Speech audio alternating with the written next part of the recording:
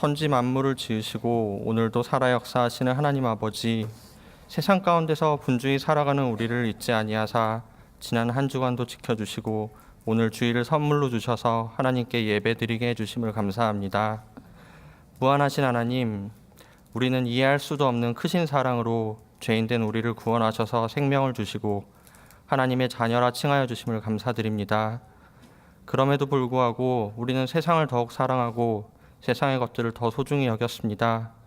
하나님을 사랑함으로 친밀한 교제를 나누기보다 죄를 쫓아가며 하나님을 외롭게 해드렸습니다.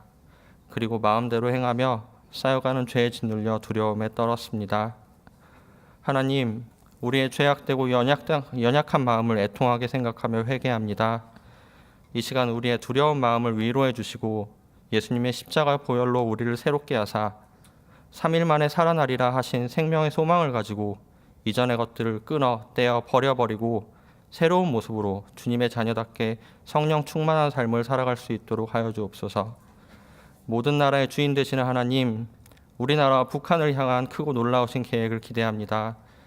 눈에 보이는 것은 갈등과 공포요, 무력과 도발입니다. 하나님의 크신 능력을 믿고 간구하오니 위정자들에게 지혜를, 우리 민족에게 어려움을 이길 용기와 하나 되는 마음을 허락하여 주옵소서. 그래서 한반도가 하나님만의 방법으로 평화롭게 되게 하시고 이 시간도 고통받는 북한의 영혼들에게 자유를 허락하여 주옵소서.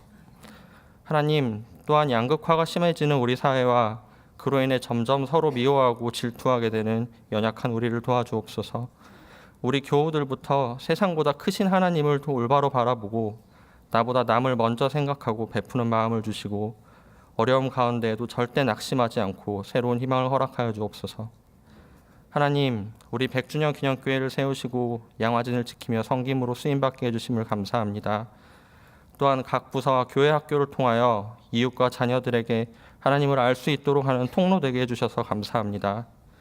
이를 위해 애쓰시는 우리 교회 모든 교역자님들과 계획하고 준비하는 봉사하는 손길들 위해 하나님의 지혜를 더하여 주옵시고 주님의 마음을 닮아가는 복을 받게 하여 주옵소서. 특별히 우리 교회가 준비하는 공동담임 목회를 위하여 기도합니다. 준비하는 모든 과정에 하나님이 전적으로 개입하셔서 온전히 하나님의 방법으로 교회가 더욱 하나 되며 공동담임을 맡으신 네 분 목사님을 통해 하나님의 다양하고 풍성하신 은혜가 전해지길 소원합니다. 이 시간 우리의 모든 영과 육이 다시 새롭게 되어 거룩한 산재물 되어 하나님께 집중하여 예배드리기를 원합니다.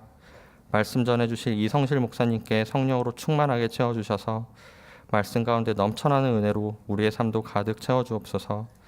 이 모든 말씀 살아계신 예수님의 이름으로 기도드립니다. 아멘. 오늘 우리에게 주시는 하나님 말씀은 누가복음 8장 1절에서 3절 말씀입니다. 그 후에 예수께서 각 성과 마을에 두루 다니시며 하나님의 나라를 선포하시며 그 복음을 전하실새 12 제자가 함께하였고 또한 악귀를 쫓아내심과 병고침을 받은 어떤 여자들 곧 7 귀신이 나간 자 막달라인이라 하는 마리아와 헤롯의 청지기 구사의 아내 요한나와 수산나와 다른 여러 여자가 함께하여 자기들의 소유로 그들을 섬기더라. 아멘. 인류 역사 속에서 여성의 지위가 현재처럼 회복된 것은 그리 오래되지 않은 최근에 일어난 일이었습니다. 고대 철학자들의 여성 비하적인 사고와 발언을 확인해 보면 그 당시에 여성들이 얼마나 차별받고 살았는지를 확인할 수가 있습니다. 주전 460년경 소크라테스는 말했습니다. 어쨌든 결혼해라. 좋은 아내를 맞으면 행복할 것이요 악처를 맞으면 철학자가 될 것이다. 자기 아내가 악처인 것을 온 천하에 공개하면서 자신이 위대한 철학자가 된 것은 악처인 아내를 맞아 힘든 결혼 생활을 한 덕분이라고 소크라테스는 변명했습니다. 소크라테스의 증손 제자인 아리스토텔레스는 말했습니다. 남자의 용기는 명령하는 능력에서 나오고 여자의 용기는 순종하는 데서 드러난다. 동서양을 아우르는 위대한 철학자 아리스토텔레스도 그 시대적 사고의 한계를 뛰어넘지 못하고 남녀 간의 관계를 주종 관계로 설명하고 말았습니다. 당시 여성들은 인간과 짐승 중간 단계에 있는 어떤 존재로 취급받았습니다. 여성은 아무것도 보거나 듣거나 질문할 수 없는 존재였습니다. 이것이 2500년 전에 살았던 사람들이 여성에 대해서 가지고 있었던 인식이었습니다. 문제는 500년, 1000년이 지나도록 교회가 이와 같은 생각들에 대해 아무런 비판도 없이 그대로 답습했다는 사실입니다. 초기 교회 교부들과 종교 개혁가들의 발언을 통해서 이와 같은 사실들을 확인할 수가 있습니다. 초기 교회 교부인 오리게네스는 말했습니다. 여자가 아무리 존경할 만한 이야기를 하거나 거룩한 이야기를 해도 남자는 거기에 귀를 기울여서는 안 된다. 결과적으로 볼 때 여자의 입에서 나온 것 중에 제대로 된 것은 거의 없기 때문이다. 종교개혁가 장 깔뱅은 말했습니다. 모든 여자는 자신이 남자보다 열등하다는 것을 인식할 수 있도록 태어난다. 고대 시대는 말할 것도 없고 남성들만 발언권을 가지고 있었던 초기 교회 교부 시대를 거쳐 마녀 사냥으로 사람들을 화형에 처했던 중세 시대에도 개혁을 부르짖으면서도 여전히 여성 비하적인 사고에서 벗어나지 못했던 종교개혁 시대에도 여성은 차별과 소외의 대상이었습니다. 근대 민주정치가 발전하면서 여성에게도 참정권이 주어지긴 했지만 여성은 남성에 비해 능력이 떨어지고 또 가정을 지키는 것이 여성의 본분이며 여성의 이익은 남성에 의해 대변된다는 이유 때문에 오랫동안 정치에 참여할 여성의 권리는 주어지지 않았습니다. 대표적인 민주주의 국가라고 할 수 있는 영국과 미국은 1918년과 1920년에야 비로소 여성에게 참정권을 주었으며 대한민국은 해방 후에 1948년에 여성에게 참정권을 주었습니다. 가장 최근에 여성에게 참정권을 인정한 국가는 사우디아라비아인데 2015년입니다. 각 시대마다 차별받는 대상이 있습니다. 그들은 주로 약자입니다. 가진 것이 없고 재능과 능력이 없고 힘이나 권력이 없는 사람들입니다. 그런 사람들은 그 시대 속에서 소외당하고 억압받아야만 했습니다. 그러나 예수님은 약자를 보호하셨고 차별을 반대하셨습니다. 특히 여성을 비천하게 여기는 그 시대를 살아가면서도 여성을 향해서 부정적인 말 한마디 하지 않으셨습니다. 차별은커녕 공생의 내내 하나님의 나라를 일구어가는 동역자로 여성을 대우하셨습니다. 예수님 주위에는 두 부류의 사람이 있었습니다. 차별받는 사람과 차별하는 사람입니다. 차별받는 사람은 그 시대에 죄인으로 분류되는 자, 즉 율법을 어긴 자, 세리나 창기, 병든 자나 장애가 있는 자, 이방인 등이었습니다. 반대로 차별하는 자들은 기득권을 가진 자, 제사장, 레위인, 바리새인과 같은 종교 지도자들과 권력을 가지고 있었던 정치인과 귀족들이었습니다. 하나님의 아들 예수께서 이 땅에 오셨을 때 그분을 하나님의 아들로 인정하고 구주로 고백한 사람들은 그 당시 죄인들로 분류된 사람들이었습니다. 하나님 앞에서 자신이 죄인임을 자각하고 죄로 인해 영원히 죽을 수밖에 없는 존재임을 깨달은 그들은 예수님을 자신의 메시아로 그리스도로 고백한 것입니다. 이 사실 앞에서 마음이 두렵고 떨리는 생각이 듭니다. 지금 예수님께서 이 땅에 다시 오신다면 나는 과연 그 예수님을 하나님의 아들로 나의 구주로 고백할 수 있을까? 2000년 전에 스스로 죄인이라 자각한 사람만이 예수님을 메시아로 하나님의 아들로 고백할 수 있었던 것처럼 오늘 나는 과연 내가 죄인임을 스스로 고백할 수 있는가? 라고 자문해 볼 때 매일매일 분주하게 정신없이 살아가는 나의 모습만 보일 뿐 주님 앞에서 통에 자복하는 죄인 이성실의 모습을 찾아보기는 쉽지가 않습니다. 차별받기보다는 차별하는 데 익숙해 있고 죄인이라는 의식보다는 믿음으로 구원받았다는 선민의식에 만족하며 우쭐거리며 살아가는 나의 모습을 너무도 자주, 너무도 쉽게 발견하기 때문입니다. 오늘 본문은 그 후에라고 하는 단어로 시작하고 있습니다. 1절입니다. 그 후에 예수께서 각 성과 마을에 두루 다니시며 하나님의 나라를 선포하시며 그 복음을 전하실새 12 제자가 함께 하였고, 그 후에 해당하는 헬라어 카덱세스는 잇따라, 연달아, 차례대로라고 하는 의미를 가지고 있는 단어로서 순차적으로 계획한 대로 모든 일이 진행되고 있음을 알려주는 의미입니다. 그래서 오늘 본문 앞장에 등장하는 7장에 나오는 이야기는 주님이 계획하신 일들이고 그 계획하신 일들이 지금 차근차근 계획대로 이루어지고 있다는 것을 이야기하고 있는 것입니다. 그렇다면 주님께서 이 땅에서 계획하신 일들이란 무엇이겠습니까? 7장에 등장하고 있는 백부장의 병든 종, 과부의 죽은 아들, 죄 지은 여인의 공통점 속에서 우리는 찾아볼 수가 있습니다. 이들의 공통점은 바로 그 시대의 약자라는 사실입니다. 차별받는 대상이었다는 것입니다. 세상적인 기준으로 볼 때 큰 자가 아니라 작은 자들이었다는 것입니다.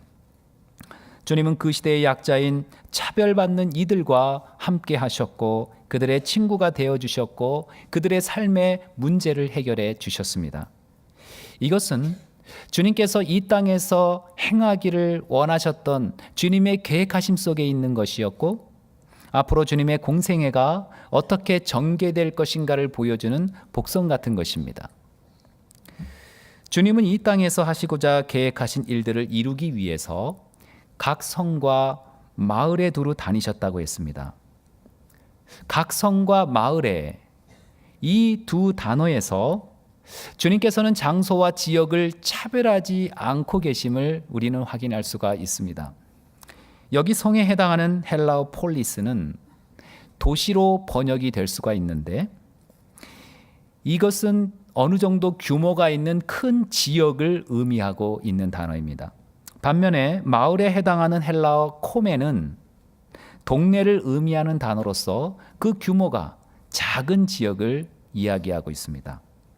이 두 단어가 함께 쓰인 각 성과 마을에라고 하는 이 단어의 의미는 지역의 크고 작은 규모와는 상관없이 모든 지역에 그런 의미를 담고 있는 것입니다.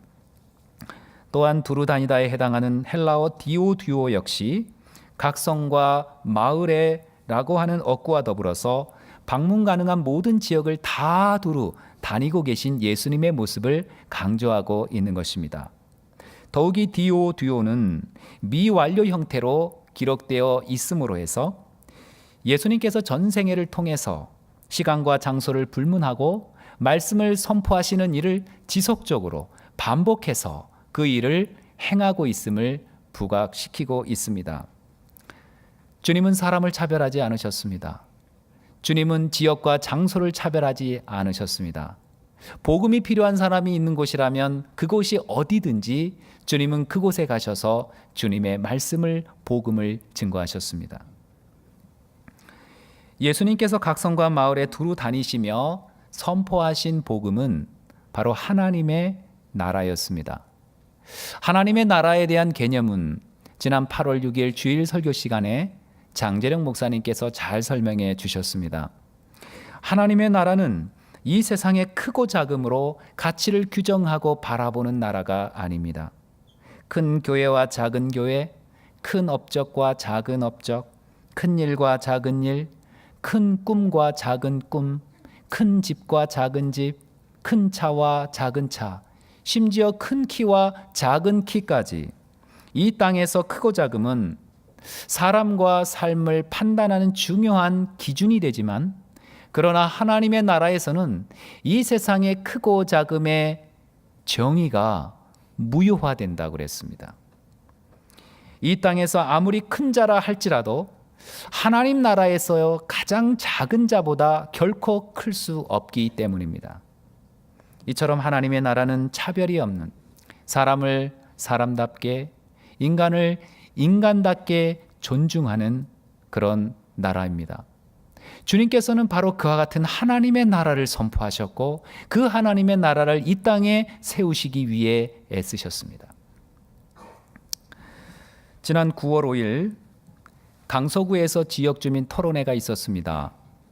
지역주민 중에 집값 하락 등을 이유로 특수학교 건립을 반대하고 대신 국립한방병원을 건설해야 한다고 주장을 하는데, 이에 장애 학생을 둔 부모들은 장애가 있는 아이도 학교에 다녀야 한다며 특수학교 설립을 위해 무릎을 꿇고 눈물로 호소하는 장면이 SNS와 뉴스를 통해 세상에 알려졌습니다.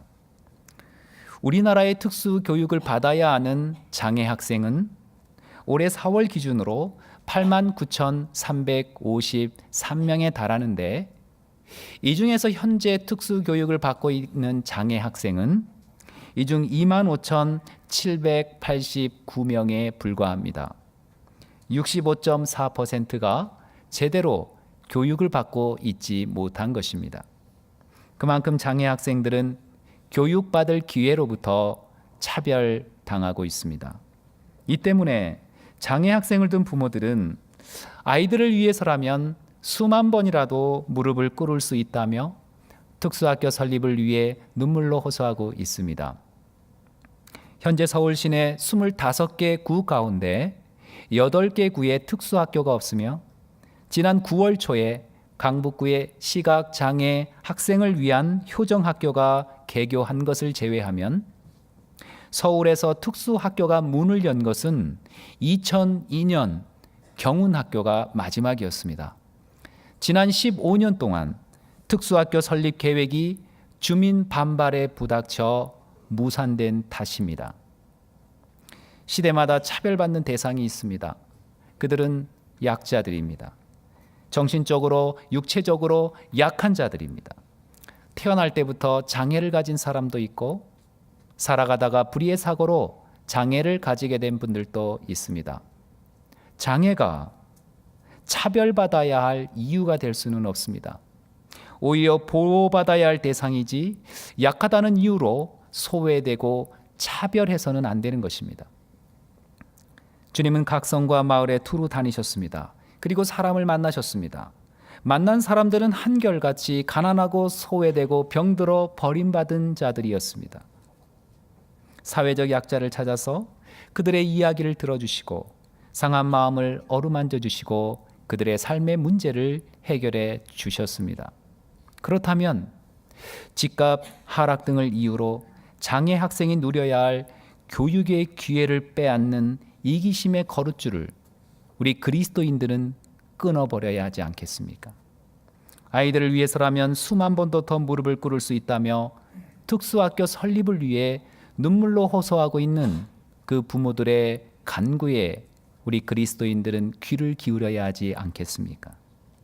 지금 주님이 이 땅에 다시 오신다면 제일 먼저 누구를 찾아가시겠습니까? 제일 먼저 어느 곳을 방문하시겠습니까? 본문은 하나님 나라의 복음을 선포하시는 예수님 주변에 어떤 사람들이 있었는지를 알려주고 있는데, 먼저 12제자가 함께 있고 그 다음에는 어떤 여자들이 함께 있었다고 기록하고 있습니다. 12제자에 대해서는 자세한 기록이 없는데 여인들에 대해서는 상세하게 기록하고 있습니다. 그들은 악귀를 쫓아내심과 병고침을 받은 여인들이었습니다. 이 표현은 예수님을 섬기던 여인들이 어떤 여인들이었는지를 알려주는 것입니다. 이 여인들은 이미 과거에 예수님을 통해서 은혜를 경험한 자들이었습니다. 그리고 그들이 경험한 은혜를 마음속에 새기고 그 은혜에 감사한 마음으로 주님을 위해 섬김의 삶을 살고 있었던 여인들이었습니다. 특히 2절에 보면 또한 악귀를 쫓아내심과 병고침을 받은 어떤 여인들이라고 하면서 3명의 여인들의 이름을 밝히고 있습니다. 당시 주님을 따르고 섬기면서 함께했던 참으로 많은 사람들이 있었음에도 불구하고 유독 이 여인들의 이름을 이곳에 기록하는 데는 이유가 있는 것입니다. 그것은 악기를 쫓아내심과 병고침의 은혜를 받은 자들을 통해서 주님께서 말씀하시고자 하는 뜻이 있다는 것입니다. 불치병에 걸렸다가 병고침을 받는 체험은 매우 귀하고 은혜로운 일입니다. 성경에 수많은 기적 이야기가 기록되어 있는 것도, 주님께서 3년의 공생의 기간 동안 만나는 사람마다 수많은 병자들을 고쳐주신 것도, 이와 같은 병고침 받는 체험이 신앙생활에 있어서 매우 유익하기 때문입니다. 그러나 병고침을 받는 체험이 모든 사람에게 반드시 필요한 것은 아닙니다. 만일 그것이 모든 사람에게 반드시 필요한 것이었다면 주님께서 당신의 사랑하는 백성들에게 단 한 사람도 예외 없이 모두 병고침의 체험을 허락하셨을 것입니다. 그러나 세상에는 병으로부터 고침받는 체험을 한 사람보다는 그와 같은 체험을 하지 않는 사람들이 더 많이 있습니다. 이 자리에 계신 교우님들 가운데도 병고침의 체험을 한 소수의 사람에 속하기보다는 병고침의 체험을 하지 못한 다수의 사람, 그곳에 더 많이 속해 계실 것입니다. 만일 우리가 병고침의 기적에 집중한다면, 기적을 체험한 사람에게만 우리의 시선을 집중한다면 오늘 또 우리는 낙심하고 절망할 수밖에 없습니다. 이 세상에는 수많은 사람들이 병들어 있으며 그 병으로 인해 죽어가고 있기 때문입니다. 그 당사자가 바로 나 자신일 수도 있고 나의 가족일 수도 있고 내 이웃일 수도 있습니다. 하나님은 왜 병고침의 기적을 허락하지 아니하시는가? 하나님은 왜 나를 사랑하지 아니하시는가? 하나님은 내 기도에 왜 응답하지 아니하시는가?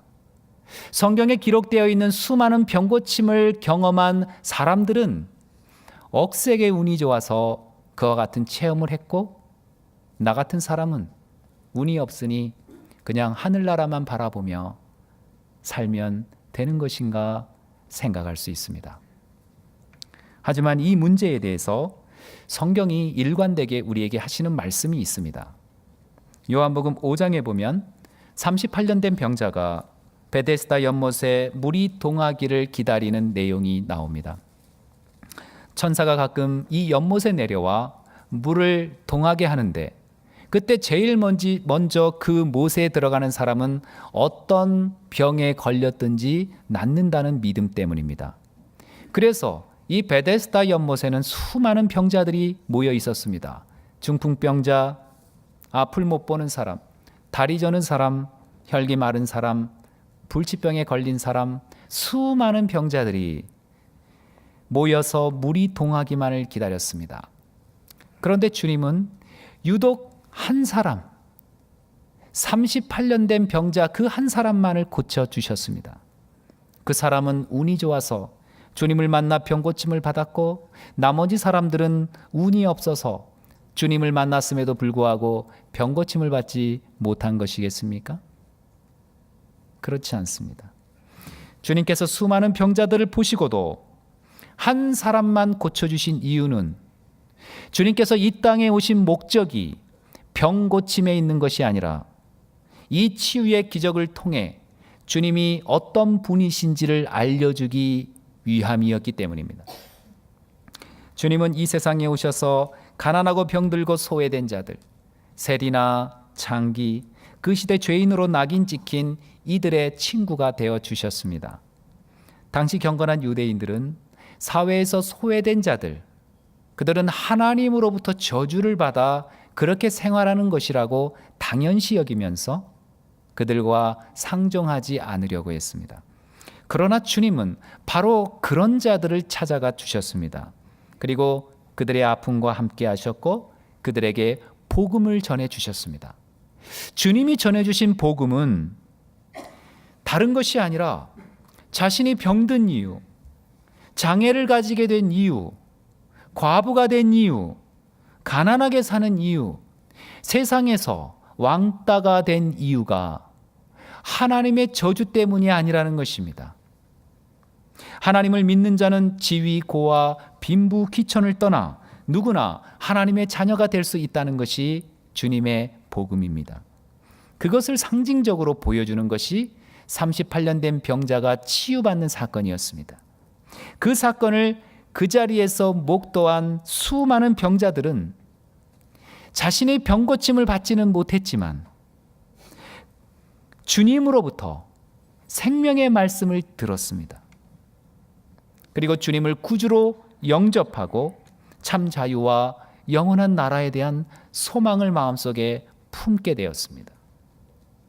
그러므로 그때 병 고침을 받은 사람은 한 사람이었지만 그것을 목도한 수많은 사람들도 동일하게 주님의 은혜를 경험한 자들입니다. 여전히 병 고침을 받지 못했지만 그들의 마음은 이전과 달라졌습니다. 주님을 향한 믿음이 생겼고 그 믿음이 소망이 되었고 그 소망은 거꾸로 강을 거슬러 올라가는 힘찬 연어들처럼 힘든 세상을 견디며 활기차게 살아갈 수 있는 인생의 동력이 되었습니다. 오늘 본문에 등장하는 악기를 쫓아내심과 병 고침을 받은 여인들 또한 다르지 않습니다. 기적을 경험한 사람은 소수였지만 그 기적의 소식을 들은 사람은 다수였습니다. 단지 그 기적의 소식을 들었다는 사실만으로 삶의 형편이나 환경이 달라진 것은 아닙니다. 그러나 환경은 달라지지 않았지만 그들의 마음이 달라졌습니다. 주님을 향한 믿음이 생겼기 때문입니다. 그분은 이 세상을 사랑하셨고 우리를 위해 당신의 생명을 아낌없이 내어주실 분이라는 분명한 믿음이 그들의 마음속에 생긴 것입니다. 내가 원하는 기도 응답을 받아야만, 내 삶의 문제가 해결되어야만, 나의 신앙이 하나님과 사람 앞에서 입증된다라고 하는 편견으로부터 우리는 벗어나야 됩니다. 이와 같은 편견에 사로잡혀 사람을 판단하는 바리새인의 모습이 우리 안에서 제거되어야만 됩니다. 그럴 때만 우리의 삶 속에 기적이 일어나지 않을지라도 3일 만에 살아나신 그 주님의 사랑이 언제나 우리와 함께하고 계심을 우리는 믿을 수 있는 것입니다. 본문은 주님을 섬긴 어떤 여자들에 대해서 이렇게 소개하고 있습니다. 2절 3절입니다. 또한 악기를 쫓아내심과 병 고침을 받은 어떤 여자들 곧 7 귀신이 나간 자 막달라인이라는 마리아와 헤롯의 청지기 구사의 아내 요한나와 수산나와 다른 여자가 함께하여 자기들의 소유로 그들을 섬기더라. 막달라 마리아는 7 귀신 들렸던 여인이었습니다. 요한나는 헤롯의 청지기 구사의 아내였습니다.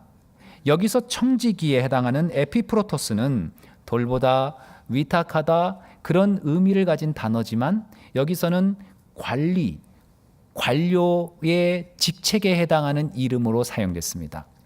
그래서 헤롯 왕의 행정장관에 해당하는 높은 직책을 의미하고 있는 것입니다. 그래서 이런 고관의 아내 요한나는 좀 전에 소개되었던 7 귀신 들렸던 마리아하고는 신분적으로 현격하게 다른 여성임을 알 수가 있는 것입니다. 단지 어떤 여자들이라고만 언급하지 않고 신분이 다른 두 여자의 신상을 상세하게 소개하고 있는 것은 당시 주님을 따르던 여인들 중에 이들이 대표적으로 주님을 잘 섬겼던 여인들이기 때문입니다.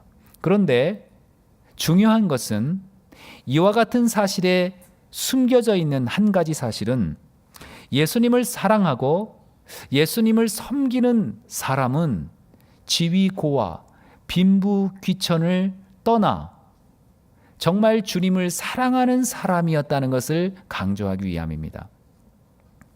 막달라 마리아는 7 귀신 들렸던 여인이었습니다.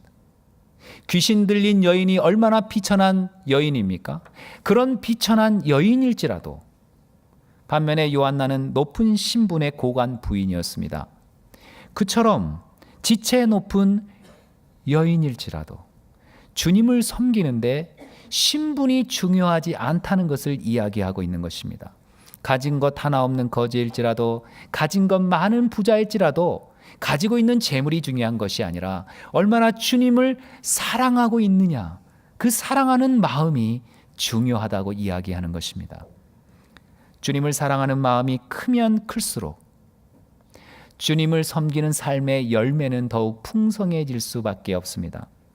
주님을 사랑하는 마음이 큰 사람은 주님으로부터 큰 은혜를 입은 사람입니다. 주님으로부터 큰 은혜를 입은 사람은 50데나리온 빚졌다가 탕감받은 자가 아니고 500데나리온 빚졌다가 탕감받은 자입니다. 다시 말하면 내가 얼마나 큰 죄인인지를 자각하는 것, 내가 얼마나 큰 죄를 지었는지를 깨닫는 만큼만 더 주님을 사랑하고 더 주님을 섬길 수 있다는 것입니다.